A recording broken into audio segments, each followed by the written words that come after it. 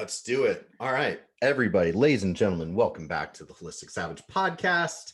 I don't need to make any crazy formal. I don't like to be formal or stiff. We have my good friend, Dr. Nicole LePera, the queen of the self-healer movement, the holistic psychologist. Nicole, welcome. Welcome back to the podcast. I couldn't be happier to have you with me today. I couldn't be more excited to be here with you today, Brendan, myself. Wonderful. So, man, where do we even begin? I'm going to I always like saying the stage with almost like the preface of who this person is to me and whatnot. So, first off, I have to say your first episode on the Holistic Savage podcast, I've been, more fortunate than I deserve in a sense of having just a straight legendary lineup of amazing professionals on my show. And yet your episode got more downloads and listens than the rest of the episodes combined for season one, which was just amazing and mind-blowing. And so I couldn't be more excited to have you back on season two, which has been another legendary season. And we first connected back in like 2018, and I remember when we first connected, you were sitting at like 60,000 followers on Instagram, which is obviously a very impressive platform, and the work was amazing. And I remember the thing that really got me was, the holistic psychology, but then also you had like a gut health guide. I'm like, oh, she and I are going to be best friends. But then since then, you have been on just an amazing journey. And, you currently, you just hit 3 million followers on Instagram, kind of the primary platform. And so I'd love to kind of start the conversation by hearing from you, like, what kind of ride has this been for you as you have started making such a huge impact on the world? It's been a ride, that is safe to say. And, Brendan, when I hear you say things like the number of downloads and obviously the astronomical growth of the platform, I mean, even the number 60,000 is, mind blowing to me, let alone, the 3+ million that we're now having. And I smile, though I smile more, kind of thinking about what that to me means, those numbers, this growth, etc., simply means to me how universally resonant this is. Whether we're talking about all of the ways many of us are stuck in healing and unable to create the change that we want, to obviously the roads that begin to clear as we begin to then engage on our healing journeys. Hearing these numbers, I smile because, like I said, it's just universal. We're all, kind of collectively joined in this very real way. So I say all that to say that my experience of it has been quite a ride. I think I'm not remembering exactly if this came up when you and I spoke at what one might say were the more beginnings of my journey online. And if we hadn't, when you hear me speak of that, you often hear me talk about the personal challenges in my own healing journey that even being visible online was. As a human, being someone historically who filtered my truth, this is how I'm going to word this, through the effect that my truth would have on others, which usually ended up with a distilled version of my truth coming out of my mouth, being the way I was in the world, etc. Meaning I did so much for others, worrying about them, what they would think of me. I mean, really, really, the list goes on. So deciding to come online and putting a truth out there for me as a personal human on the personal side of things, before we talk about practitioner side of things, that was challenging for me. I hadn't done that. So inherently, implicitly, I share that because that is part of my always journey online. There's a very real inner child part of myself that when I see those numbers, when I hit live, to be seen in this way, be a podcast or an Instagram live, there's that inner child part of me that wants to run away, and hide. So that's a constant conversation. Same thing when I think about my practitioner hat. There's still a very, scared self inside of me of how am I going to appear as a professional speaking these new truths. So when I share that it's been a ride, it's because a lot of my journey online has embodied a lot of my own healing as well. Mm-hmm. Well, and that's kind of always the case of anybody that gets into holistic health and whatnot. It's always that we learn a lot of our greatest lessons through navigating, transcending our own struggles. And that's where, I feel like I have so much to learn from you, and so many future conversations to be had, because I even know from my own professional journey, like, it's terrifying. And then I'm starting to, put more authentic truth out there. You start getting that pushback, and that doesn't feel good. And people try and tear you down just as much as building you up. So I mean, I can only really imagine, what that's been like, as you were already speaking your truth in a way that was resonating with so many.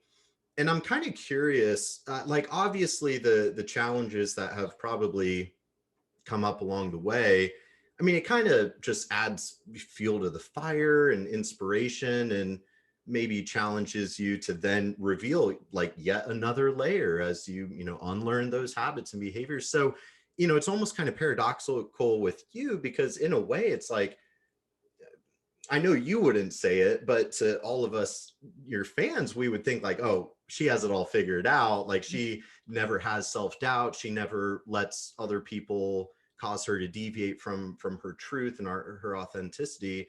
But I'd be curious to hear, from your perspective, like, the criticism. And I've seen you write about how, other psychologists and how they kind of come at you. So if you want to kind of speak to that, of how, I'm sure it hasn't just been, rainbows and butterflies the whole time. Absolutely not. There's been a lot of challenge in staying in alignment and expressing the truth. And as I begin to think more and more about it, I want to differentiate two aspects, I think, of the conversation that I'll continue to talk about to explain. There's, and I'm just kind of thinking this in the moment, free associate, but there's truth, right? Mhm. And then there's the communication, the Mhm. wording, the delivery of truth. So I want to separate those out because I think they kind of function, and then there's the interaction between the two of them. So in terms of speaking one's truth, I put my message out there. Part of my goal, and you'll always hear me quote saying this, is to empower humans as individuals to find their own truths, to hear multiple maybe narratives. That's the word I often use, other people's stories, their conceptualizations, how they think about what happened to them or how they heal, right? And to find the parts that resonate, to develop the confidence. I call it a home base. So to maybe be able to hear multiple messages, other people's experiences, maybe even peppered in with beliefs, right?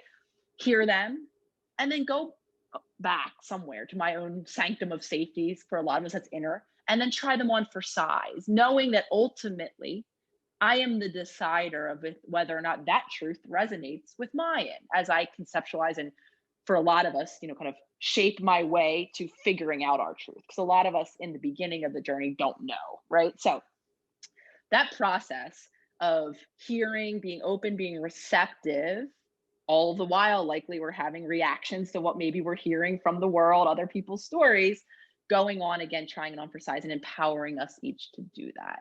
I think that's such an incredibly important part of healing and of understanding ourselves. And I believe that that does come from within us, within each of us. No one person's truth, kind of can be applied to ours. And I think that's the biggest journey, of empowerment, is learning how to tolerate the moments where we don't hear those things that are in alignment, or where what we hear challenges ourselves. Mhm. And it's kind of separating out and creating that space. So yes, there's been a lot of times when, sharing aspects of my journey, learning how myself to be receptive, to understand how that truth is resonating in the world, going back, maybe hearing everyone's opinions of my beliefs, the way I work, the way I, imagine and conceptualize my journey, and then having my inner sanctum to understand what fits and what doesn't, and then continue to present my truth to the world. That I want to differentiate between communication of it. Something I'm always, because yes, to speak to your question in there that I kind of am shifting, we allow messages in because sometimes what we hear outside of ourselves can be more objective, can be that valuable piece of us, that perspective that, sometimes we'll maybe get from partners or loved ones, that it might be an uncomfortable perspective, though we can use it to shape or to see ourselves from a different, more helpful vantage point, right? That I want to differentiate between how am I communicating my truth. because something so I'm working myself to be receptive, to let in opinions, to try them on for size, and to continue to hone my confidence in my own differentiating. This applies to me, this doesn't, this right. However, that is different from how do I communicate my truth.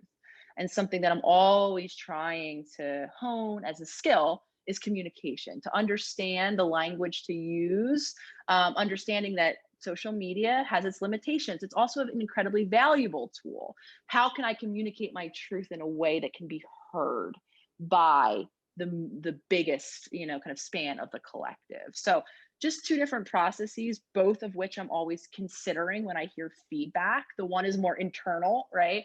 Everyone's opinions of me and my work. How can I use that for information? Is that giving me a vantage point of myself that might be uncomfortable but helpful, separate from criticisms about how I'm communicating my truth? Can I learn from that? Can I incorporate it? Can I learn how to communicate in a way that can be received differently? Two dynamic processes of evolution and of finding, I think, our way forward. That was a beautiful answer. And the differentiation, I think, is extremely valuable. And like I followed that 100% because I definitely have experienced, we can get feedback that, yeah, it can be triggering. And, it's where always that patience, that tolerance, that reframe.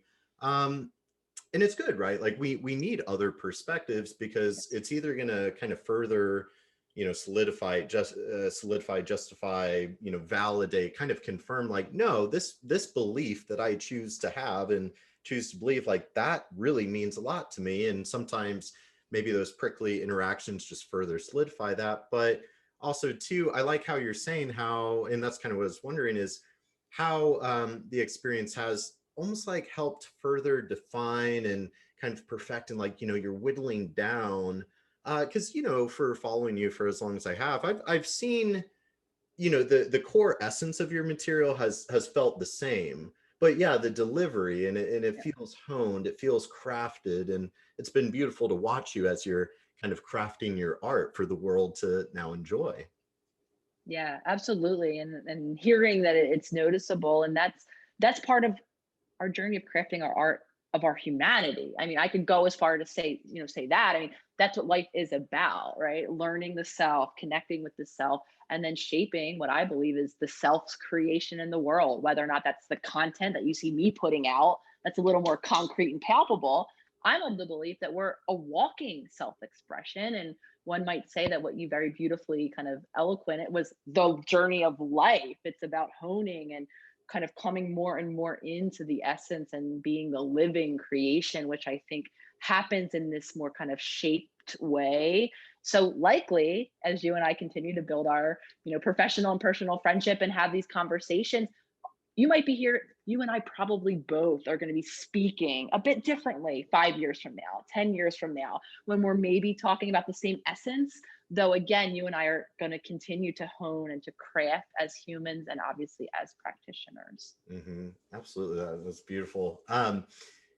Yeah. And, I think a while back I had posted on my own platform of, something about, like, you can't just, like, speaking your truth isn't enough, you have to live it, right? And I think that's, like, you embody that so much, you really are living. And then, like you said, that's where that differentiation is really helpful, of like how you communicate it, how you live it.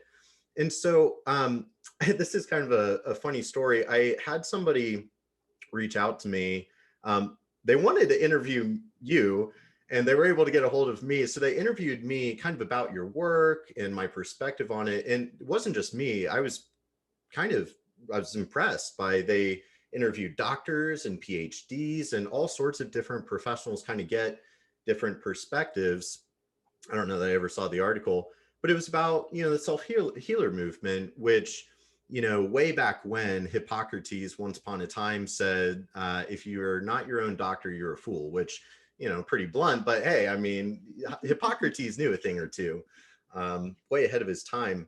And so I definitely think, uh, what's interesting to me, I feel that humans have always been self-healers.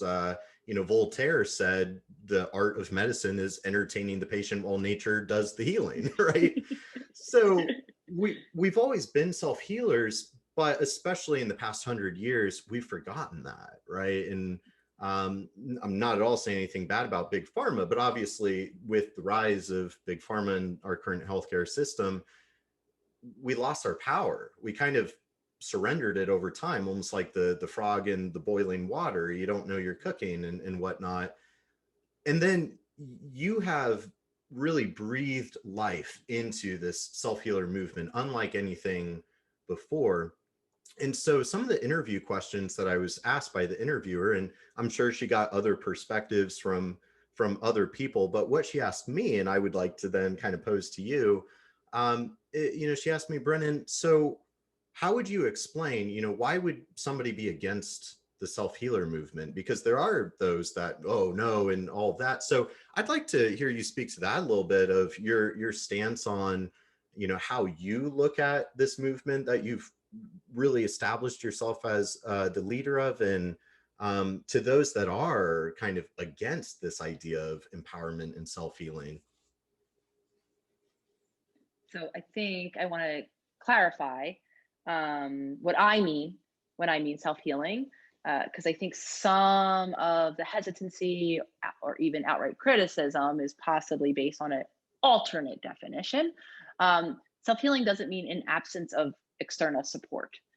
Self-healing is, again, empowering the individual, just like I spoke to you that I work to do with myself, to find the avenues of support that are of most resonance and obviously also of most access, acknowledging that we have a big glaring privilege issue in many of the medical systems, mental wellness included, right? So empowering the individual to find their path toward their own healing. So just to clarify, that's what self-healing means to me. It doesn't mean an absence of other professionals. I mean, I will even share with the listeners here, you are my new happy, healthy, functional medicine practitioner. I seek extra support, right? I have people that help me that are more an expert in the area of the body, such as yourself, Brendan, to help me develop the tools so I can care for my body day in and day out in the way that makes me feel the best. I was also this past year in rebuilding some relationships with my family in family therapy, because at the time and in the context, that was supportive to me and my family. So just to clarify, self-healing does not mean an absence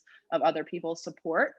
Sometimes I believe one aspect of criticism is people hearing me to mean otherwise, that I'm saying heal on an island. And very, very, astutely, a lot of the contenders of when they believe me to be saying otherwise are bringing up the reality. We are interpersonal creatures as human. We cannot heal alone.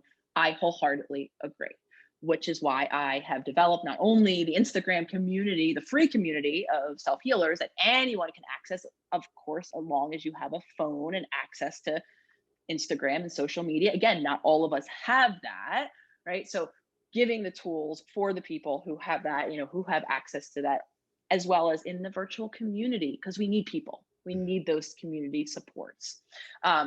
With that said, I also know, because this is a big part of the work that I talk about every day, I'm going to throw out a very universal statement here. Change is hard. Change is hard for any of us. And a lot of us, that have come through the system, either as the patient, client, and or the practitioner, whether you're in the medical, wearing the medical doctor hat, or like me, the mental wellness hat, we've come through systems where we have beliefs, and believing things, I think, that are one way, and having those beliefs gradually be deconstructed. Because a lot of us practitioners, when we come into our own practices, when we start to see how ineffectual some of this is, we are calling our beliefs into question. And for me, while I don't talk about this aspect of it often, mainly just because it doesn't come up so much in conversation, shifting from that old mindset, right, where I believed, for instance, mental illness or wellness to be determined solely by our genetics, where I believed our options to treat were talk therapy, some emotional supportive tools, and or medication. I believed I was going to be that therapist, helping individuals in that way for as long as I knew that I would be working. So deconstructing that and rebuilding beliefs of difference, of change, possibility, of epigenetics was incredibly personally difficult. So I can resonate with the different stages of evolution when paradigms shift, right? When people who once were trained in one way of, symptom management, more or less, now being challenged to, you know, entertain even first the possibility of change, let alone embody the practice of change, that's destabilizing. So one of the ways I understand, and because I can relate and resonate, and I've had a lot of friends in the field of mental wellness similarly shifting their practices to be a bit more integrative, that all say the same thing. It was like a loss of self. I lost a part of my identity. I became maybe just practically fearful of how I would continue to make my income, support my family. I mean, the list goes on. So, the simple answer, shifting the paradigm, deconstructing these very core beliefs that a lot of us were operated and trained to operate in, is incredibly challenging, just like any type of change is. And I think can elicit a lot of different reactions. That was a really great answer. And as you're saying, it's so crucial to, right, I mean, assumptions, oh my gosh, like that's what, the second agreement or something like that from um Hmm. Before agreement. that book. Yeah, beautiful book. Because yeah, assumptions, people, it's that warrior mindset as opposed to scout mindset. You hear something that threatens your chosen belief system, that's connected to our sense of identity, it feels like a threat, you pounce on it and whatnot. And what I think is so interesting about, I don't know, the the age that we live in, and I think our technology is a huge factor in that. It feels like, and I don't know, maybe every other generation kind of felt existential crisis. I think that's just part of the human experience. But it definitely feels like we are living in kind of a heightened time where, and I won't blabber about it too much because I see this, everything we've done for the past 30, 50, 100 years, it's kind of leading us to this point. We're hitting this crossroads of, we're the only species on earth that's living dysbiotically with the natural world. I was on a podcast recently, and she was asking, like, why do you think we're in this great crisis? I'm like, we're the only species that is dysbiotic. It's Yeah. not anything crazy. And so I keep talking about, it's like we have to relearn how to live symbiotically with ourselves, with one another, with the natural world. And so I kind of keep saying this, return to symbiosis. And to me, the only clear way that I see of how we are going to return to symbiosis is this paradigm shift. I don't see it happening without. Absolutely, absolutely. And for a lot of us, it means a return to something you beautifully brought up earlier, right? Which is that essence, right? That individual, that wholeness, that kind of before all of the conditioning and all of the disconnect from our really interconnected core self. That's, I believe, what is at each of our core, that soul, that indescribable entity that I also think is mirroring this kind of universal waking up. We're all, some more comfortably than others, coming to the awareness that, this kind of like sack of skin and this like mind aren't it. Like there, like that there is like another piece, existential, right? Call it that. I believe the first existential crisis we all face is going from that togetherness, right? To that, oh, I'm an individual little separate infant and here's all separateness around me. At our core, we're integrated. And I love that dysbiosis because I think it's not only integrated within me as that whole being of physical, emotional, and spiritual self, it's then being interconnected with other humans and with our environment. And I couldn't agree with you more that we've not moved more into connection, we've actually moved more out of connection. However, the movement, I believe, the awakening that's happening is the realization and now the restructuring of how do we find our way back into Mhm. integration. Yeah, that's exactly it. And I will admit, early in 2020, I was really wrestling with some existential dread of there for a while. I was like, I am not seeing a whole lot of hope for the trajectory of our species and collective. And but even just like recently, some of these documentaries like Fantastic Fungi comes to mind, or Kiss the Ground that was released recently, and The Social Dilemma. We're seeing this awakening. We're seeing, as person by person, as it spreads, people are waking up of we're not like, I just gave the lecture of my life on Sunday all about mental health from a functional perspective, and so I went all into this stuff. But yeah, I mean, you look at the statistics, whether it's chronic disease or depression or suicide being a top leading cause of death for Americans, like clearly there's something deep within like the fabric of our souls and culture and society that is dysfunctional. And one of my friends, I hope you get to meet him someday. His name's Dr. Adam Miller. He was on the podcast. He kind of talks similarly, and but rather than saying self-healer, his thing is the citizen scientist, right? And I think we are in I this love citizen science. yeah, right, isn't it great? And he's a, oh my gosh, freakishly impressive human. Like this guy, I'm just like, oh man, because he's a medical doctor and this and this and this and all these things. But you know, I got to talk to him in Arizona last year, hanging out, and he talked a lot about that citizen scientist. He's like, well, Brendan, the healthcare system is not as broken as everybody wants to make it out to be. Like, we're not idiots. Like, we're keeping a close eye on all the data. We're doing the research. But what we need is the people to take their power back. We need people to do their own homework. We need the citizen scientists. And, you know, hearing that come from, you know, a medical doctor, I was like, oh, good. Like there is hope. Yes, yes, absolutely. Because I think, initially, citizen science, whoa, right? We need the God, the book, and I'm not again saying that there aren't protocols in place to keep science and measurable and operationalizable and all of the other ables, generalizable, right? I understand. I also don't think though that is putting down, right, like disempowering the human at the service of these systems, right? It's both. It's how can we empower all of it.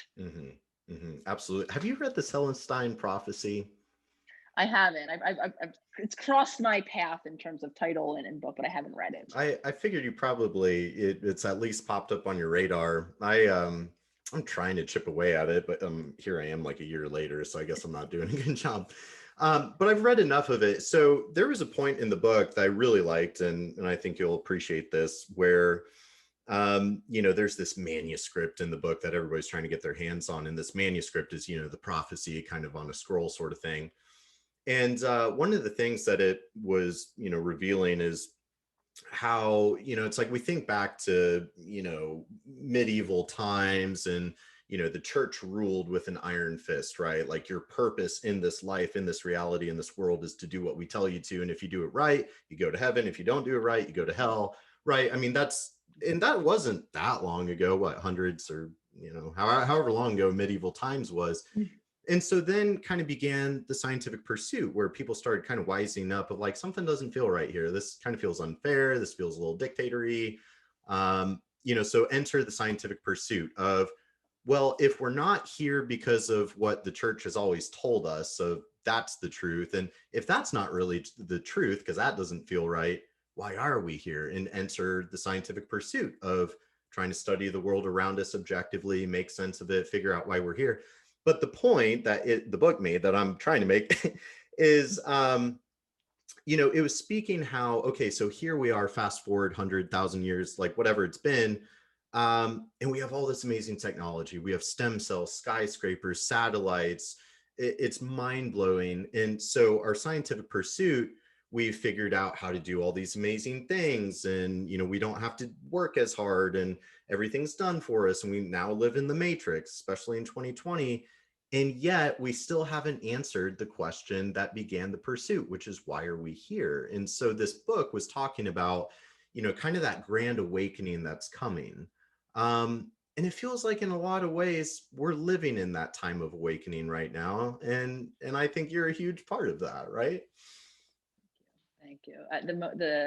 The thought I'm having, and I'm smiling thinking of it, and it goes back to something you very beautifully worded earlier, which is we have all of this stuff, the science, the technology, the endless information to find how we're here. Yet, however many decades, eons it's been, and we don't know. That begs to answer the first question. Again, I'm just free associating, but the first thing that comes to mind is, well, maybe we're looking in the wrong direction. Maybe looking out, again, I'm really simplifying it, isn't where we look at all, right? Maybe we need to begin to look, which is for many of us the scariest place to look, which is within, right? We have all of the stuff to study, all of the things, but maybe the answers aren't there. Maybe that's why we still don't know. And maybe the awakening that's happening now is almost the counter revolution of humans looking within for these answers that have always been there. Like you said, we've always known how to heal. I mean, I'm going to expand this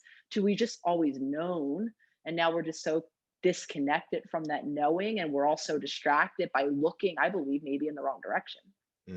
I couldn't agree more. I don't know who said it, but something about, we're all born twice. First when we come into the world, the Yeah. second when we figure out why, or something like that. Yeah. Beautiful, powerful.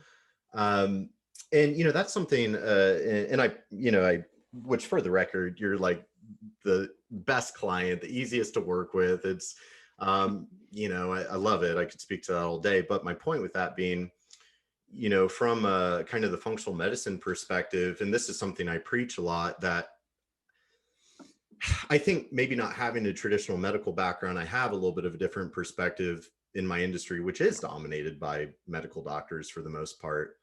And I find in my industry, in my space, there's such a huge emphasis on this, like, oh, well, there's a root cause and let's do all this testing.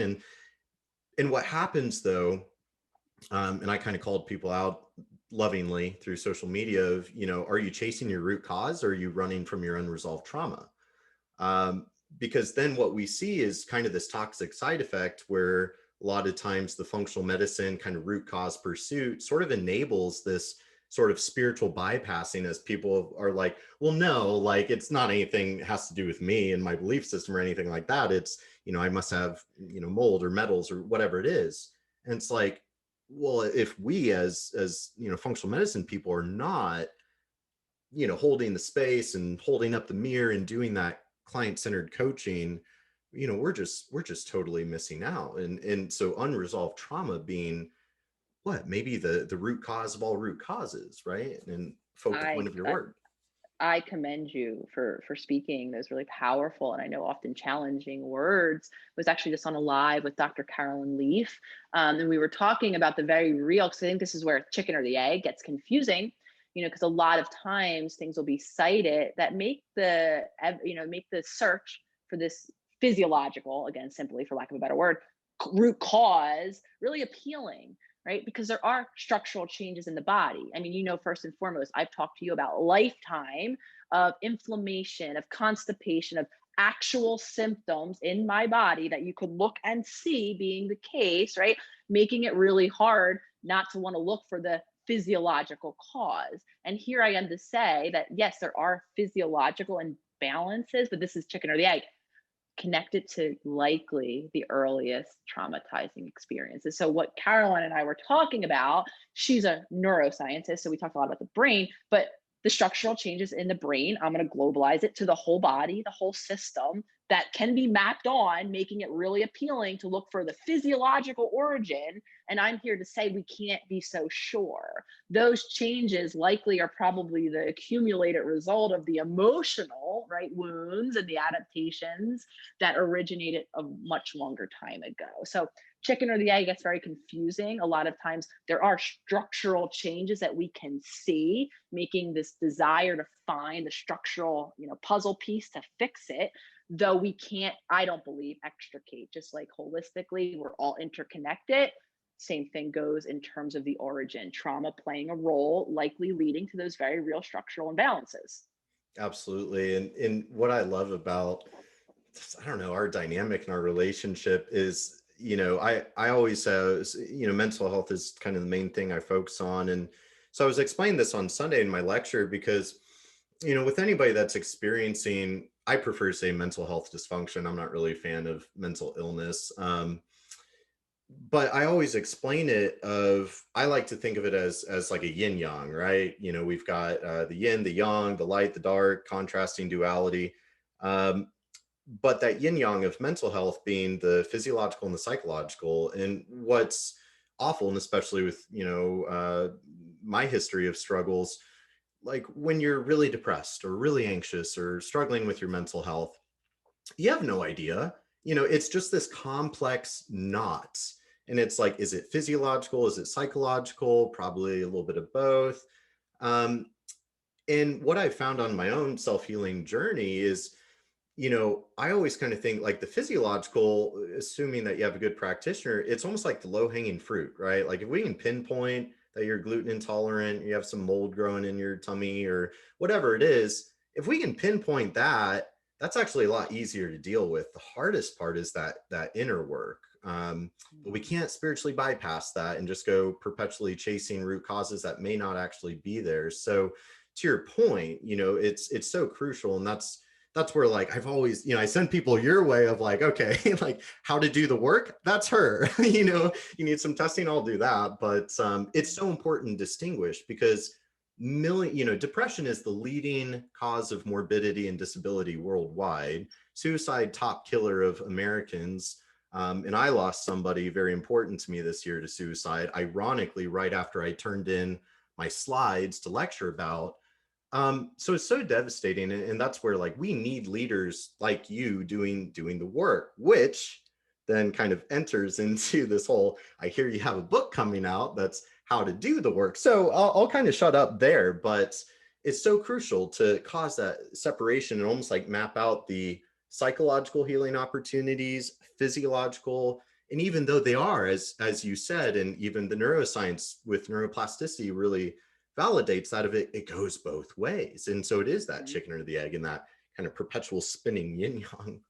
Yeah. Absolutely. And I appreciate you sending, people my way. I'm going to go as far though, Brendan, to say that the work you do, as far as I conceptualize it, I believe staging happens, healing happens in stages or foundations. It's kind of like the Maslowian pyramid, in terms of needing to build foundations at the base before we can put actually like an upside down triangle, the deeper work. And I say all of this to acknowledge that, as far as I see it, the foundational work of two components. The first foundational always work that people probably hate when I say I talk about this concept so much, which is consciousness, learning how to be conscious. That is our first step in a direction of change.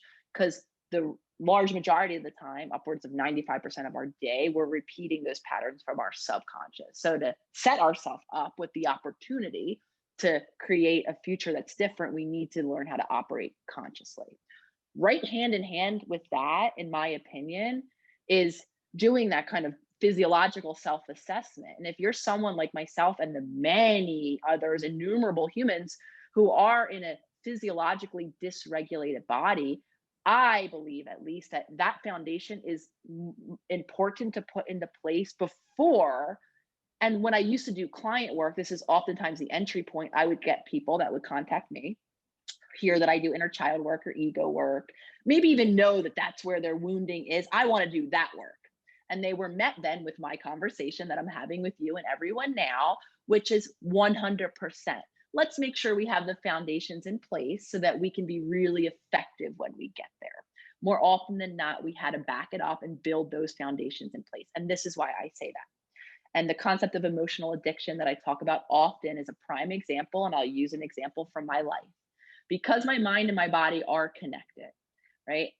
They're sending messages back and forth. So even if I conceptually want to do the work in my mind to heal the wounding and all the emotional pieces of things, if the messages that my mind is constantly getting from my body are messages of dysregulation, right? I'm gonna really simplify. I can't do that work because my mom. So what happens in emotional addiction? I'll use an example.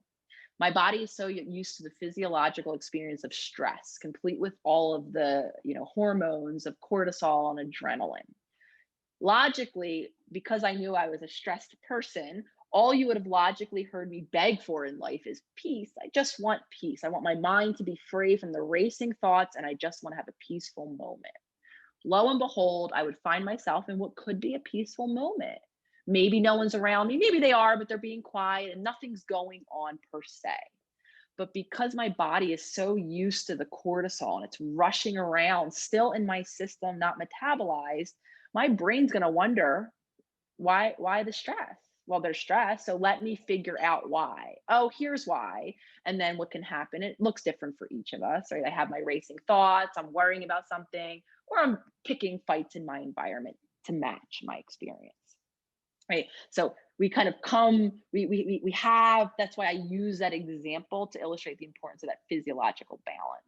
We can set ourselves up not to succeed if my body doesn't start to send my mind different messages. If I don't gradually decrease the flow of that cortisol, or gradually teach my body that it's safe to enter my parasympathetic mode of nerve, right? I need to teach my body all of this and allow it to return to that homeostatic balance so that my mind can start to get new signals. And then maybe I can dive into the deeper inner child work. So I go as far to say that the work you're doing in the world is foundationally important to then be able to build upon and do the deeper inner child or psychological work that so many of us are interested in doing. That, of course, I talk a whole lot about the whole top to bottom, beginning to end holistic psychology framework in my new book, How to Do the Work. Mm. Well, I mean, thank you so much. It means the world, and I'm so in love with my industry and everything. And of course, I'm trying to kind of be that next generation of like, cool, this is great. How can we do better? Yeah.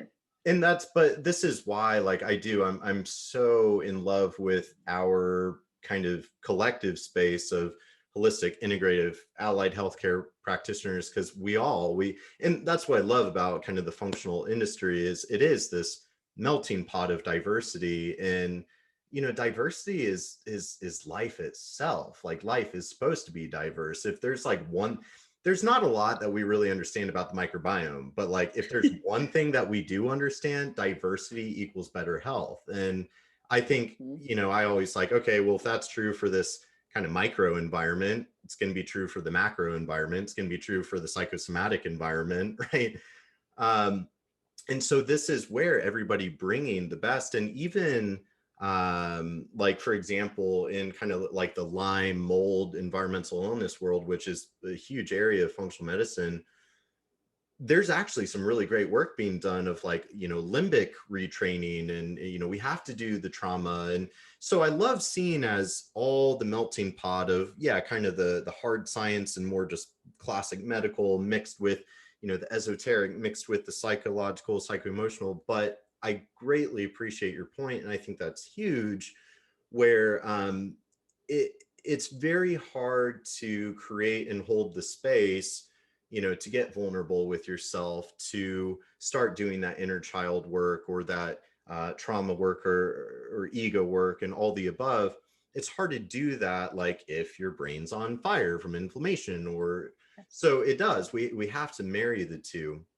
And so with, how to do the work, we'll start getting into your book here, because I couldn't be more excited that you wrote this book. I've already pre-ordered it, can't wait to get my hands on it. So I'd love to just, kind of open it up, invite you to speak to what this book really means for you, because I've read, and I'd love to hear everything about how special of a project this is for you. Well, thank you, first and foremost, of course, for your endless support, but of course with the book as well. If you would have asked me, honestly, Brendan, 5 years ago, talk of a book probably wouldn't have come out of my mouth. I wasn't something that I wasn't one of those people that historically like, I'm gonna write a book. It just wasn't neither here nor there. I didn't refute that I could. It just didn't pass my ether as like something I was gonna do. So the fact that I'm here now, it's probably been about almost 2 years into the project of, it being proposed and then thinking about it conceptually. From that moment of it being proposed, while I was very, shocked and honored, I was so grateful, because while you hear me go on and on about the power of the internet and the fact that, I mean, to speak to your point, this is probably why we're becoming an integrated medical, for like the macro title system, if you will, is because we can facilitate these conversations now. We have practitioners wearing all different practitioner hats that can come to the common ground of the internet and have conversations. However, they're very limited. They're limited by the platform you use, by the way we can communicate information on that platform. And oftentimes, or all the time, more often than not, it's very incomplete. So for me, I knew that while I saw social media, and I always try to frame it and utilize it as a tool, meaning we can make choices and the tool can be used in all different kinds of ways and contexts into all different outcomes. I knew that it could be used as a tool to connect people and messages, right? And I think that's a large reason why things are becoming more integrated. It's because we are able to connect with other people and to begin to share our story. Though again, like I said, it's limited. So when the book became an opportunity, I knew that this was going to be the place where I can really flesh out, what my theory of holistic healing means. Really taking people through from the macro, the overview, to what this looks like in real time. So everything you've heard us talk about, right? What does it mean to live in consciousness or to live in that autopilot? What's housed back there? I talk all about inner child work and healing and the wounding that many of us experience, and then obviously practical tools to create change. So I would go as far as say, I have a lot of passion projects these days. Again, a decade ago, passion would not have been a word I related to or resonated with. I didn't think I had that chip. I didn't think I was passionate about things because I wasn't, quite honestly. Now I have multiple passion projects, the book being one of them. It's, again, like I said, the contained tomb of holistic healing. I think people can live with books differently than online. It can be, at least I know I love books. I grow with them, I revisit them later.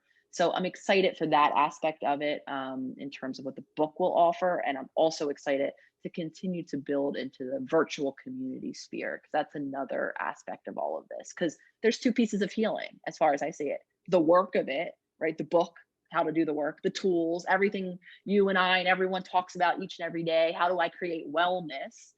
And then there's the support, the community. So both of which are both really high up there for me in terms of passion. I want to make sure that the tools are continued to be spoken about so that people can accessibly utilize them in their day-to-day healing and create change.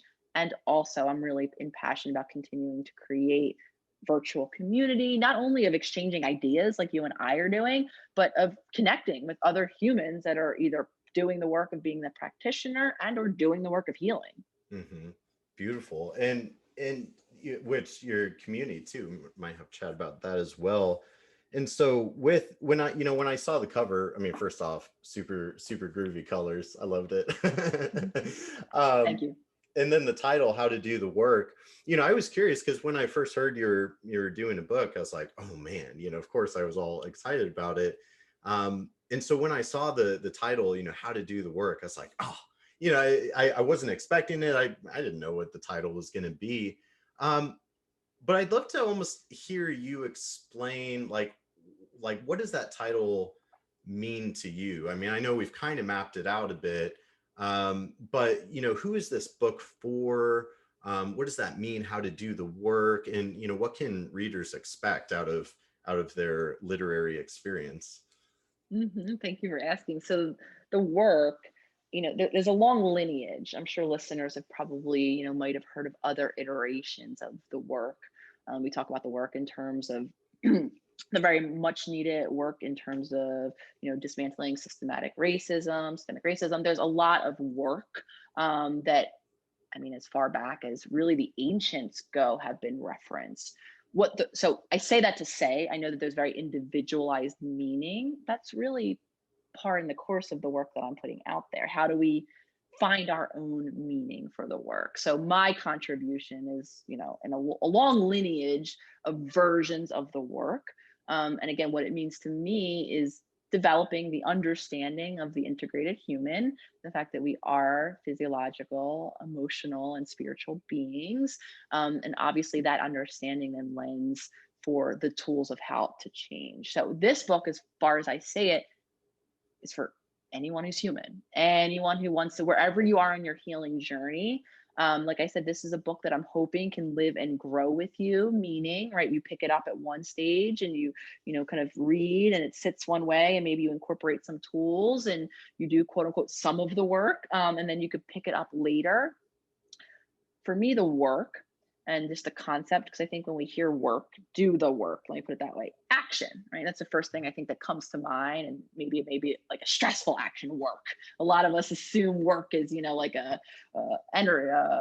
toiling endeavor, if you will. Work for me is highlighting the reality that to create change, we have to begin to do small things differently, or else we're going to get the autopilot. The autopilot is going to run again 95% of the day. So for me, it's kind of breaking down what for a lot of us can be the imagined work of changing our life from top to bottom into much more manageable daily steps. I use the concept of small daily promises. You'll read about that throughout the book. I give some examples of great daily promises to even keep. So this really can get even the most beginner started, but it's acknowledging that there will be small choices that we have to participate in every day. And this is a limit, I believe, of anything that we're doing for a limited amount of time, whether it's the gym that I go to, once a month, every now and again, whether it's a therapist that I even only if I'm privileged enough to be able to see once a week. What about the rest of my hours and the rest of my moments? That's where my question always goes back to, right? And often the what's directing my time, my day, my thoughts, my feelings is that autopilot. So the work, again, the concept of working is just acknowledging that we do need to be active participants in making new choices if we want to get something different than our autopilot. And again, we can make them manageable. What most of us do is we overwhelm our system. We try to change too much too quickly. So again, the work in the book itself will really take us through a foundational approach of how to gradually incorporate these new choices. But for me, again, it's highlighting the necessity really of if we want something to happen different, there's going to have to be a different action that's taken at some point. Awesome. Beautiful. I've done a lot of reflecting on this, and it's kind of coincides with just the neuroplastic model and kind of this brain busting concept of like, wait, we can rewire our brains and all of this. um in sometimes I think humans, we can be kind of myopic, but it's like I have my plant children over here and I look at them every day and it's like they're always growing. Sometimes they're growing in this direction or that direction, Mm. sometimes they're kind of withering, sometimes they're kind of flourishing. But life really is growth continuously. I mean, as long as you're alive, the cells are reproducing, replicating, dividing. New neural formations are forming, new musculoskeletal systems are being strengthened or weakened. So what I love about what you're saying is like, well, first let's establish the awareness, the consciousness, the mindfulness, and being able to observe our patterns and behaviors without judgment, without bias, without just in allowing it, observing it. So that way, if there's something that's not serving us anymore, we can start taking the steps, because we're not stagnant beings. Life is continuous growth.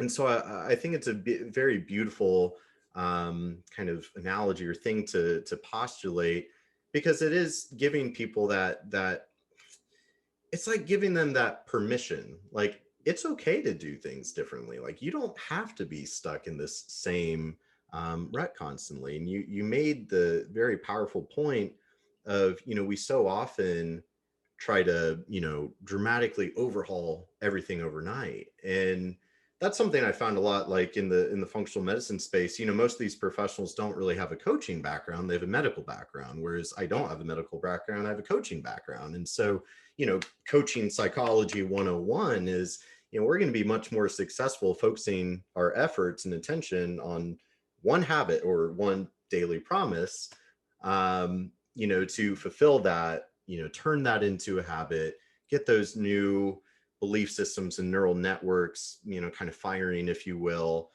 and then to, move on to that next step. But I love how the daily promises, that sounds way cooler than like, this is your habit homework for the week, right?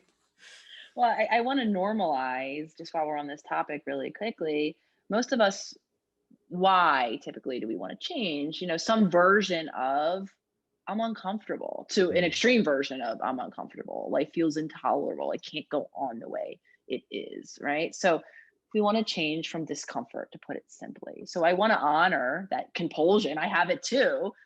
It's very logical. I think this is where we get ourselves in a lot of trouble as humans, to logic our way.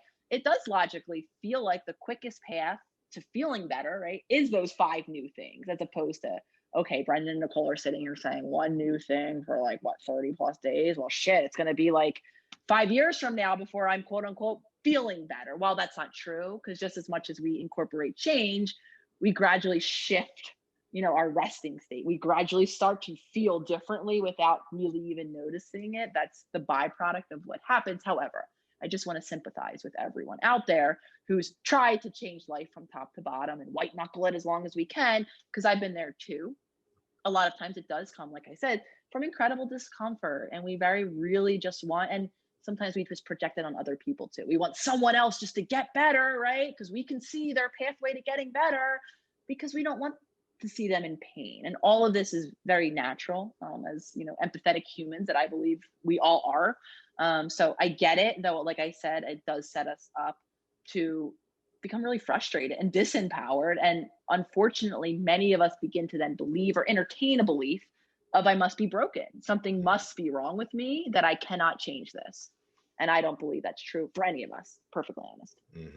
Oh, I couldn't agree more. And the beautiful thing about just science in general and like objective evidence, the more that rolls out, it points us back to an innate intuition and wisdom that we are just so disconnected with. And so much, research, like even medical research, points back to evolution and evolutionary biology and theories. And, in some ways, I do think I'm a little bit biased because I'm young, I suppose, so I don't know what like it was for baby boomers or whatnot, but it does kind of seem like the collective emotional maturity is evolving, or it seems like we are kind of going through this evolution of evolving into these, more psycho-aware, developing an emotional maturity that doesn't seem like it existed as much. I don't know. I mean, I'm just making stuff up right now, but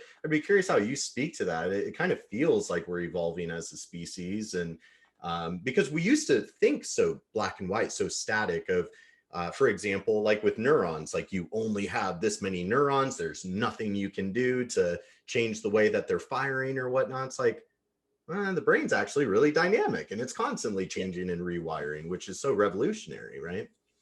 Yes. I think evolution comes through many different avenues, one of which you're speaking of now, like us just gaining more knowledge, more experience of living in these brains and having these brains studied and the effects of different things, et cetera. So there's, kind of, I think that knowledge that shifts and changes and that we get better at doing over time. And there's also, I think I heard you say the word emotional, right? There's the human, emotional, and spiritual evolution as well. And what I mean when I say that is these conditioned patterns, how we express emotionally. So one might say how mature, or immature, for lack of better wording, even though I don't love qualifiers at all, we aren't, is really impacted predominantly by that which was modeled to us, meaning the people who raised us.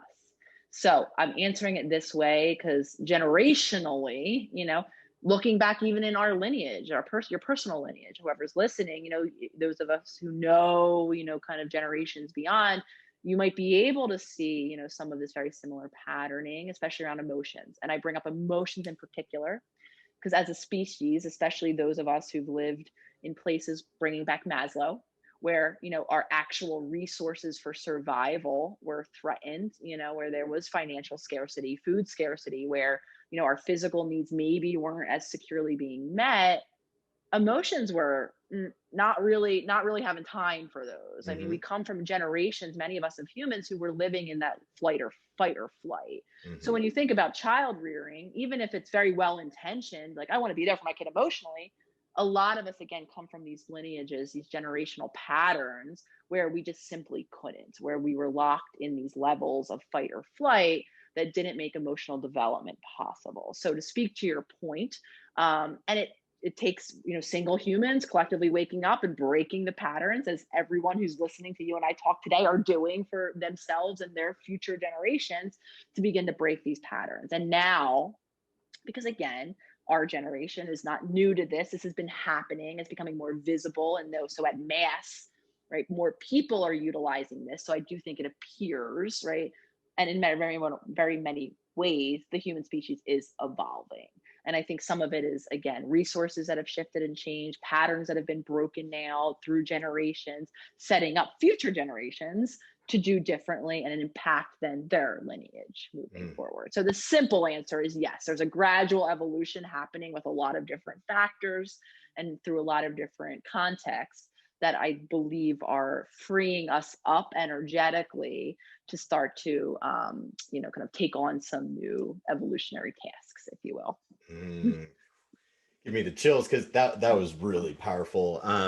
Yeah, I didn't even necessarily know what I was going for there, but then your answer was like, yeah, that landed. Um, so powerful because in a sense, and I think it's helpful. Something I always like to try to remind myself is, I think a lot of times we like to zoom in, zoom in, zoom in, and there's a lot of reductionism in medical practice and whatnot. Just zoom in and like, well, block this, and then something doesn't happen. But like I think zooming out before we zoom in can be equally powerful or sometimes more powerful. And I love what you just said because I totally agree with that, where I would definitely say, you know like for example, 1920s, that was like Great Depression era, right? And there was a lot of scarcity, like times were hard.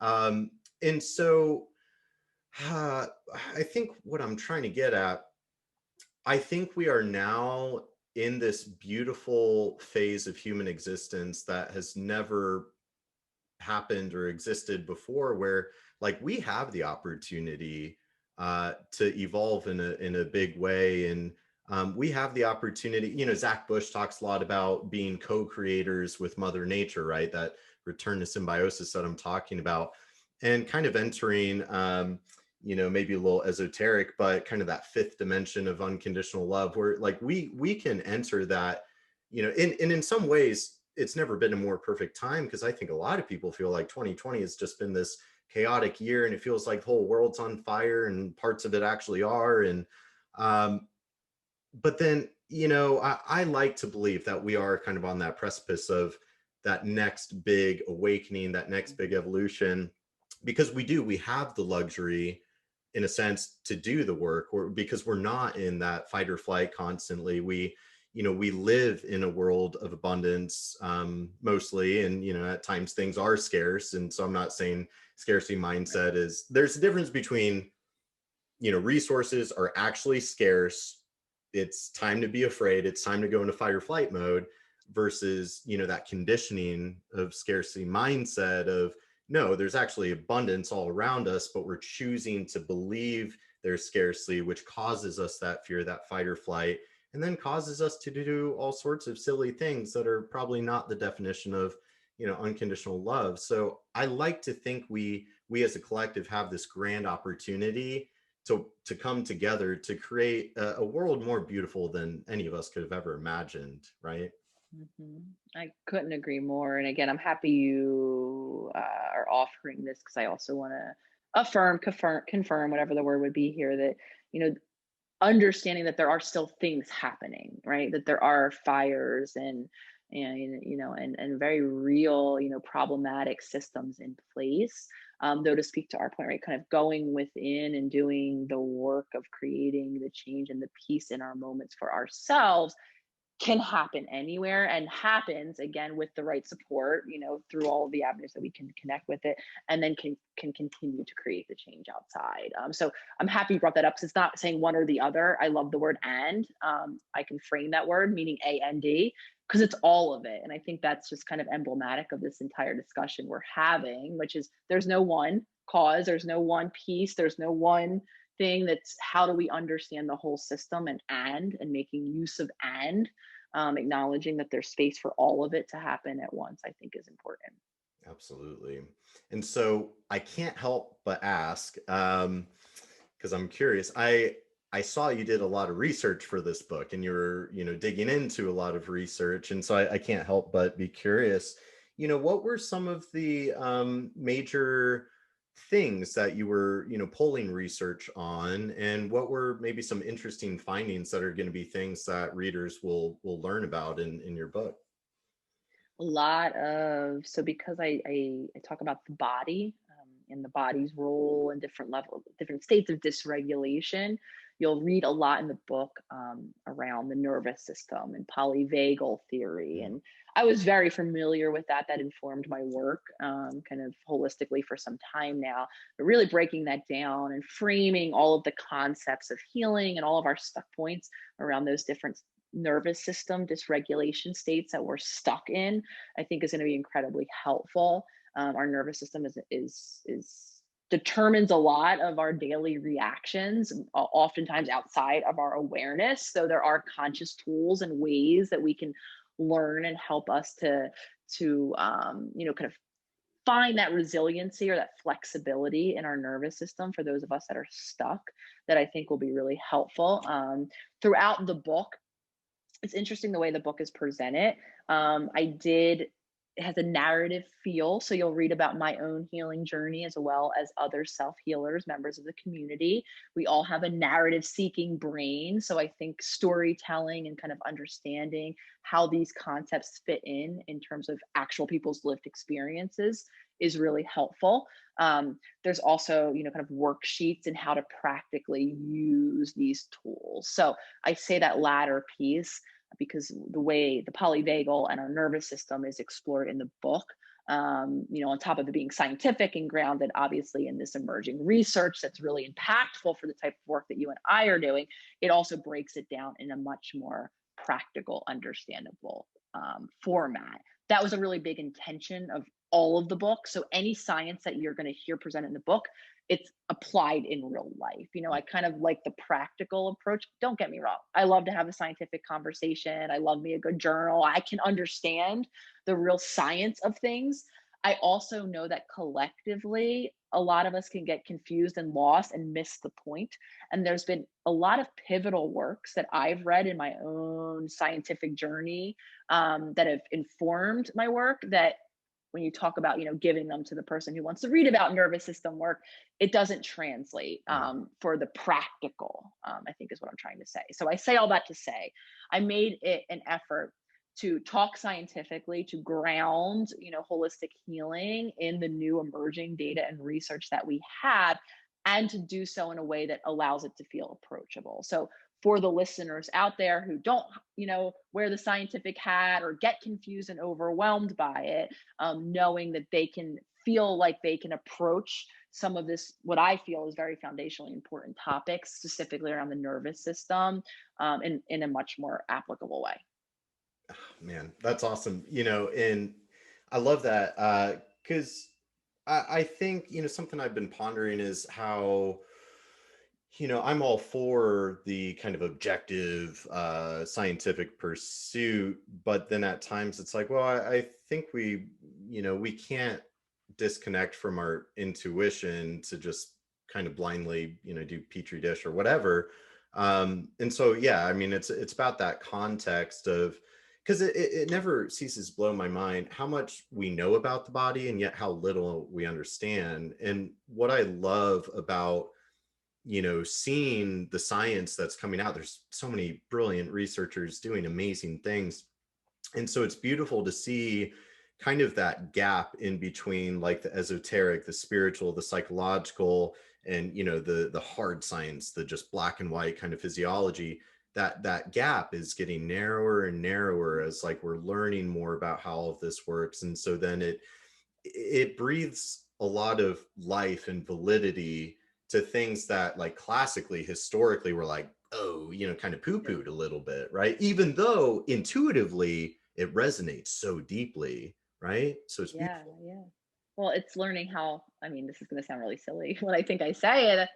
It's like a user manual for learning how to use the body. It's a difference between, okay, I read the manual, okay, the body does this, cool, note it, until I give myself the wisdom of connecting with my body to feel it do that, or experience it do that, or be privy to the signs and signals it's giving you to tell you the messages. That might as well just stay in the trash, that manual, right? So it's that translation, that bridge, that I think you're offering, and I think that's what is necessary. Otherwise it just remains a manual on your shelf, and we don't actually know how to be embodied, most of us humans. Yeah, absolutely. Well, and so, I know your time is valuable. So as I start steering in a direction of letting you move on with your life, I am curious though. So, I mean, the book is obviously one huge project, one huge passion project, but then you also have your own community, the Self Healers Inner Popular Circle. circle. Yeah. Hmm. Okay. So I'd love to hear you speak to that as far as, how does the book and your inner circle, how do they go hand in hand or differentiate, or readers and whoever's listening, what would be the advantages of one or the other or both? How are they integrated? For sure. So the community, like I said, is always going to be a passion project of mine, Hmm. always looking to expand ways that we can virtually connect to support. So right now the Self Healer Circle is that with our new website upgrade that I'm so excited to launch in the next month. It'll really upgrade our capacities to build the virtual connections, interpersonal connection aspects of it that we weren't able to as successfully do using Facebook and all of the other platforms that were available. So the membership, the Self Healer Circle membership, we really think about it is it's a library of self healing. Each month there's a new topic, so many of which you'll see presented in the book. It's an intro to how to begin to use this topic through daily content, PDFs. How do I apply the topic of the month? Um, so one of the months we were just talking about embodiment. We were talking about inspired action, how to be in our body when we're actioning. That was our topic. So all month, the members can experiment with utilizing that practical tool. There's also guest workshops or myself or experts from all different areas exposing people from different mindsets, different practitioners, different toolkits, exposing to different tools, and then obviously the community aspect. So the membership is really for people at any stage of their journey interested in thinking, learning about the concepts of holistic self healing and connecting with other humans on the journey. The book, again, is the handbook, if you will. Some people just love the visual nature of books. It'll give kind of the whole comprehensive, deeper dive into the topics that we do daily in the membership. Future projects, because I have a lot in mind. I want to unveil in the next couple months a similar membership for practitioners, where practitioners who, whatever hat they wear in terms of whatever practitioner they are, can again start to be exposed to some of these more holistic modalities, different types of tools that are out there to upgrade their practices. So that's a passion project. A deeper dive into the topics will come through coursework. So probably again within the next year. So when you read the book, if you come to decide, oh, I really want to do a deep dive into inner child work, say, so it'll be very much more specific into each topic area. So you can think about it in terms of tiers, right? I want to be generally know about healing, be connected to other people doing it, be abreast of all the new information, whether I'm a practitioner or a human. Membership is right for you. I think the book is right for anyone who just kind of wants the handbook. And then the courses will allow the deeper dives into the more contextual, topical areas of interest.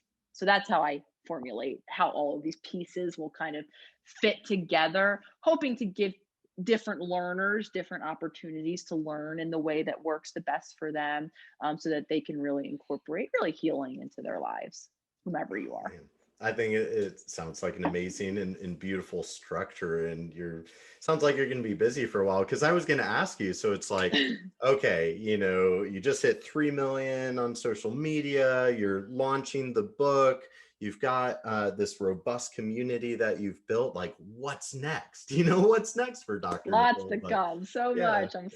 I get so excited. This is exciting for me because it's a cool experience and it's a shift learning how to work virtually in this new way with these bigger groups of people. How do I teach back to communication, right? mhm, It's one thing for me to, kind of learn a style with me and you in this communication. Another thing to speak to varied, diverse human, right? So this has just been so learning, and I'm excited as I learn new ways of delivering this information to continue to create new projects. So hopefully you'll talk to me a decade from now and I'll still have new exciting news coming down the pipeline to share with you all. I have a feeling you will. Yeah, it's a brave new world, and you've got, there's no shortage of work to be done. So, it's amazing that we have people like you to teach us how to do the work, because it's kind of step one, isn't it?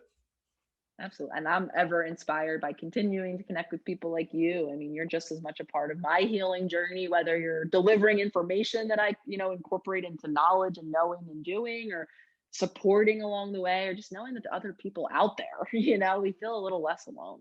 Yeah, absolutely. It's so easy in today's world to feel very disconnected, even though we're all Yeah. plugged in all the time. So, Yeah. um, I'll let you get going as we wrap up here, but where can we get this book? I mean, I ordered of mine off Amazon, probably Yeah. like most people do, but is there any specific place people should go, or does it matter? So in terms of, yes, the book is on Amazon. It's also on bookshop.org, Barnes and Noble, depending on the country you're located in.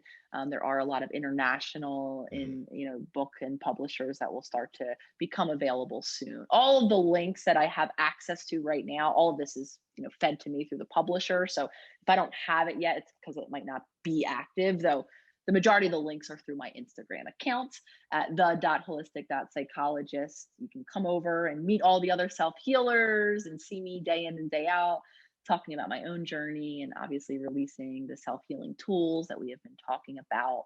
And then in the next couple weeks, you'll start to see me speaking about the website at yourholisticpsychologist.com. There is a website that exists now, however, it doesn't have all the new bells and whistles. And when the new website launches up on there, so I don't know when this will air, but depending on the timing of it, I have a new version of the Future Self Journal. So my journaling technique to help us create change will be up on that website, as well as some free meditations, etc. So the website is also going to be a hub for some healing tools that people might want to check out. And that's yourholisticpsychologist.com. Amazing. I can't wait to see that website. Well, wonderful. I'm really, I know I've been saying it for over a year now, but I'm just going to keep saying it till I manifest it of like that taco date. It's going to happen. I'm going to bring my It is. copy so It you can is. sign it. That was supposed to happen in 2020. There were a lot of things that were supposed to happen in 2020, but really though, Nicole, I mean, I kind of wrap up my side by saying like, it's such a pleasure and honor to know you. I mean, you've inspired me so much for a long time, and uh like there's no words for it. It's deeper than that. So sending you all the love in the world. I don't know, I couldn't be more inspired or blown away by everything you're doing for me, for 3 million other people. And I truly hope that like at the end of the day, like you feel just this intense burning sensation of pride, because you should. So that's kind of my concluding remarks, and I'm just so thankful that you took the time to hang out with me again. It's always such a pleasure. Thank you for saying that. I actually got some sort of feeling up in there in the chest of mine when you said that, Brendan. And I just want to reflect all of that back. I mean, I consider you a friend. It's been an honor to continue to get to know you as we are personally, professionally, and all of the things. And I just think so highly of you. I mean, I can quite literally say you've helped me heal in my body decades of imbalance, in a way, and understanding, and helped me understand my body a bit more than I already did. So thank you. Yeah, I mean, it's my pleasure. It means the world, and I look forward to seeing as we continue to do Yeah. our work individually, and how that grows and integrates, and how big of an impact we can have, and how many people we can see heal. So I'm going to keep at it. I know you're going to, I and am too. until our paths cross, I hope you have a beautiful rest of your day, and I can't wait for this episode to release. I can't wait to get your book. Same. Thank you too. And I hope you have a wonderful rest of your day, and everyone listening as well. Thank you for, as always, sharing your time and energy. Oh, absolutely. All right, my friend, I'll let you go. Enjoy your day, and I'm sure we'll talk You soon, my too. friend. Of course. Bye, Bye. Nicole.